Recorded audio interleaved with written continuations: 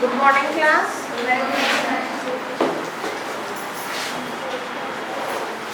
हम लोगों ने दो पोएम की सेंट्रल आइडिया और क्वेश्चन आंसर डिस्कशन करे थे, है ना।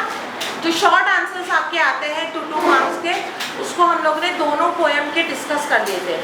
थर्ड पोएम जो हम लोगों ने करी थी वो है the thing of beauty bye John कीट, है ना। तो इसके हम लोगों ने डिस्कस नहीं करे थे। क्योंकि पहले जब हम लोगों ने ये पोएम करी थी तो बहुत कम बच्चे थे, लेकिन अब बहुत ज़्यादा बच्चे हैं, तो उनके लिए एक आप लोगों के लिए एक रिवीजन हो जाएगा और उनके लिए एक री एक्सप्लेनेशन पार्ट हो जाएगा, है ना।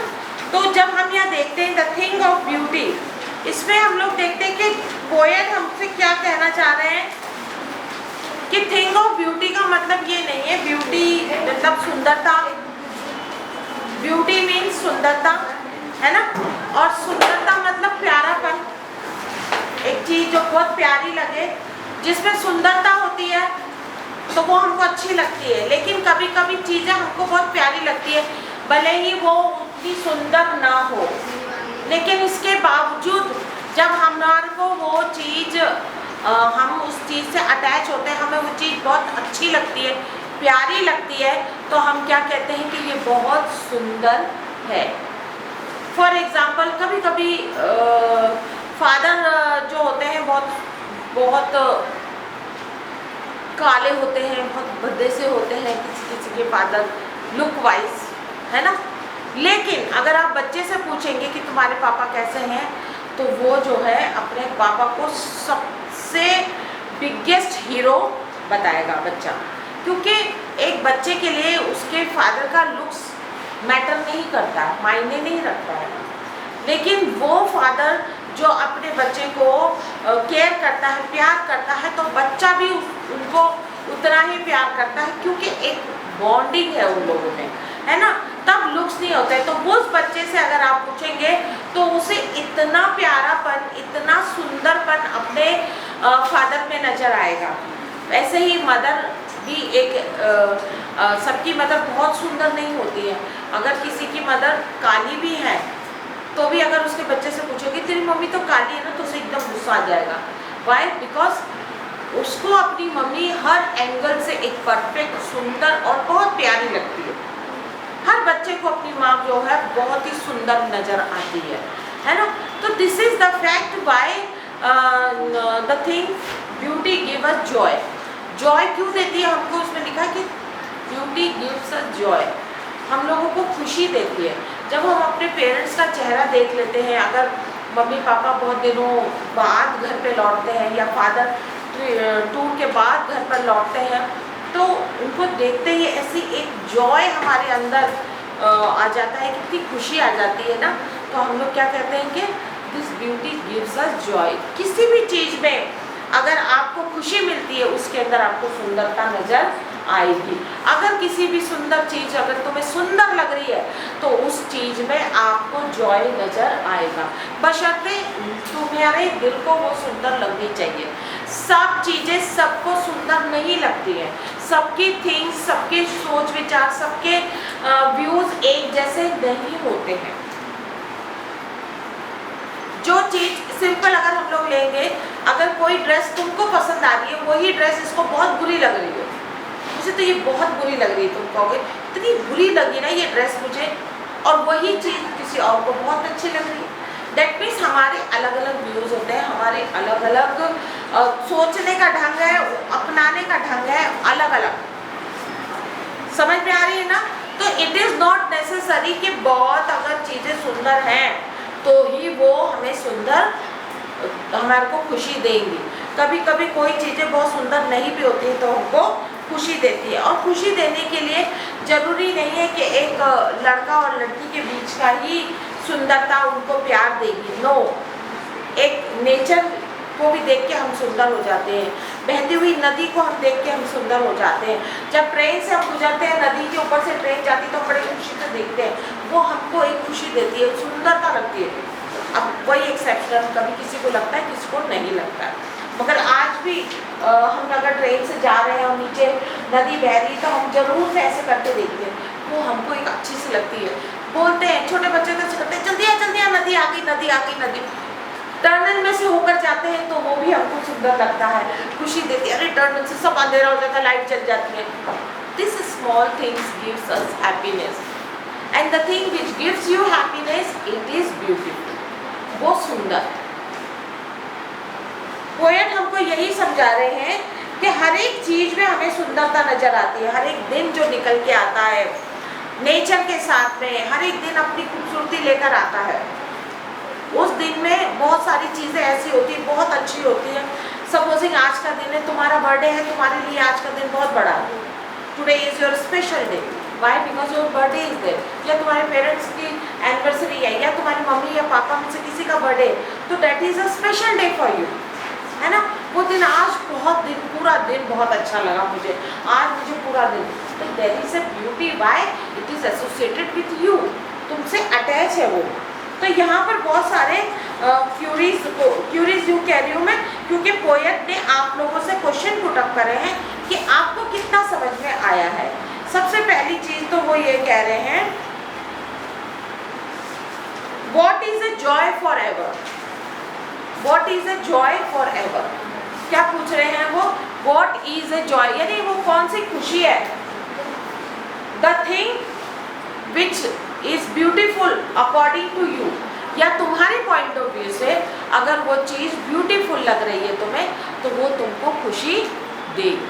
कभी कभी केवल बेटा ये मत समझना कि सिर्फ लड़का और लड़की के बीच में वो प्यार होता है, वो जज्बात होते हैं, वो इमोशंस होते हैं। नो, एक फ्रेंड्स के बीच में भी होते हैं। तुम दो सहेलियाँ हो, अभी तो तुम रोज मिल रही हो, लेकिन एक समय ऐसा आएगा बहुत साल भी तुम्हारे एक दूसरे से मिलना पॉसिबल नहीं हो पाएगा। और जब तुम मिलोगे इतनी खुशी से मिलोगे, और एक दूसरे को देख के हो सकता है वो टाइम पे तुम लोग थोड़े से जैसे आज स्लिम ट्रिम प्यारे लग रहे हो, वो टाइम पे थोड़े मोटे हो जाओ, थोड़े काम की बोझ से दबे हुए हो जाओ, कुछ अलग से हो जाओ, लेकिन इसके बावजूद वो तुम्हारी फ्रेंड है, तुम उसकी फ्रेंड हो, बहुत खुशी से मिलेगी। ये चीज़ें हमको क्या देती है? जॉय देती है। It will give you happiness. The thing where beauty lies is the joy forever. What will happen with the thing of beauty? Thing of beauty से क्या होगा? वो कभी खत्म नहीं होगी। It will never go to the nothingness, वो कभी खत्म नहीं होगी। It will not finish, it will not get finished, वो खत्म नहीं होगी। थर्ड क्वेश्चन क्या है? What will a thing of beauty provide us? क्या प्रोवाइड करती है? जब आज का दिन हमें बहुत सुंदर लगता है, आज का दिन बहुत अच्छा लगता है, तो रात को क्या हमें सुकून की नींद आती है, हमें चैन की नींद आती है, अच्छे सपने आते हैं, अच्छा स्वीट ड्रीम के साथ हम सोते हैं। और जब हम अच्छे सॉफ्ट साउंड स्लीप सोते हैं तो हमारा स्वास्थ्य अच्छा होता है। क्या कहते हैं? अच्छी नींद आना, भूख लगना और पेट हमारा क्लियर होना, ये सबसे बड़ी 3 स्वस्थ रहने की निशानियां हैं, है ना। तो जब आप रात में अगर सोओगे नहीं, रात में डिस्टर्ब होगे, आपका पेट कभी अच्छे से साफ नहीं होगा। देर रात तक जगोगे तो आप कभी माइंड से फ्री नहीं हो पाओगे, हर वक्त लिथार्जिक नींद। और रात में अगर आप अच्छी 8-9 घंटे की नींद ले लेते हो तो आपको दिन भर बिल्कुल भी नींद नहीं आएगी, एकदम चुस्ती फुर्ती रहेगी और अपने काम करने के लिए आप बिल्कुल अटेंटिव रहोगे। What does the poet feel about the thing of beauty? About the thing of beauty, what does the poet feel? Poet feels that it will never go to the nothingness. वो कभी भी बर्बाद नहीं होगी। जो thing of beauty होती है वो कभी भी बर्बाद नहीं होती है, समझे ना। और हमेशा क्या करती है? वो हमारे जॉय को इंक्रीज करती है, हमारी खुशी को बढ़ाती है। जिस चीज़ में आपको ब्यूटी नज़र आती है उस चीज़ को वो बढ़ाती है। अगर हम लोग सेकेंड स्टैंजा देखेंगे, उसमें लिखा है such the sun the moon trees old and young, वहाँ से लेके नहीं ये वाला, therefore on every morrow we were wreathing a flowering band to bind us to the earth. What are we doing on every morning and why? Every morning हम लोग क्या कर रहे हैं? हम एक फ्लावरी बैंड, यानी एक मधुर संबंध अर्थ के साथ में बना रहे हैं। और क्यों बना रहे हैं? क्योंकि अर्थ जो है हमारे सब कुछ हमें प्रोवाइड करता है, वो एक ऐसा सोर्स है विच गिव्स अस लाइफ, हमें अपनी लाइफ देता है, जीवन देता है, इसलिए हम हर चीज़ उसको प्रोवाइड कर रहे हैं।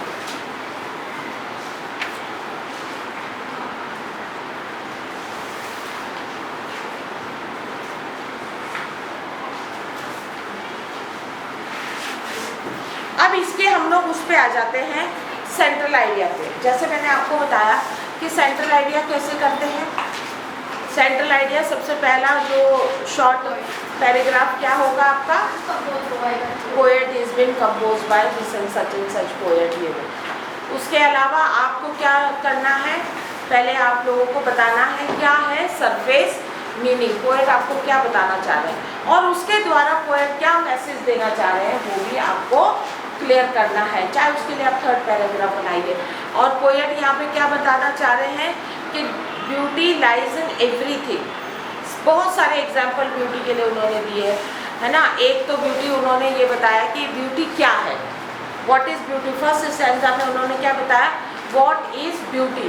और सेकेंड स्टैंजा में उन्होंने बताया कि हर एक दिन अपनी खूबसूरती खुद लेकर आता है और उस दिन में हम क्या करते हैं, हम लोग बहुत सारी जगह पे नेचर से भी धोखाधड़ी करते हैं। अगर हम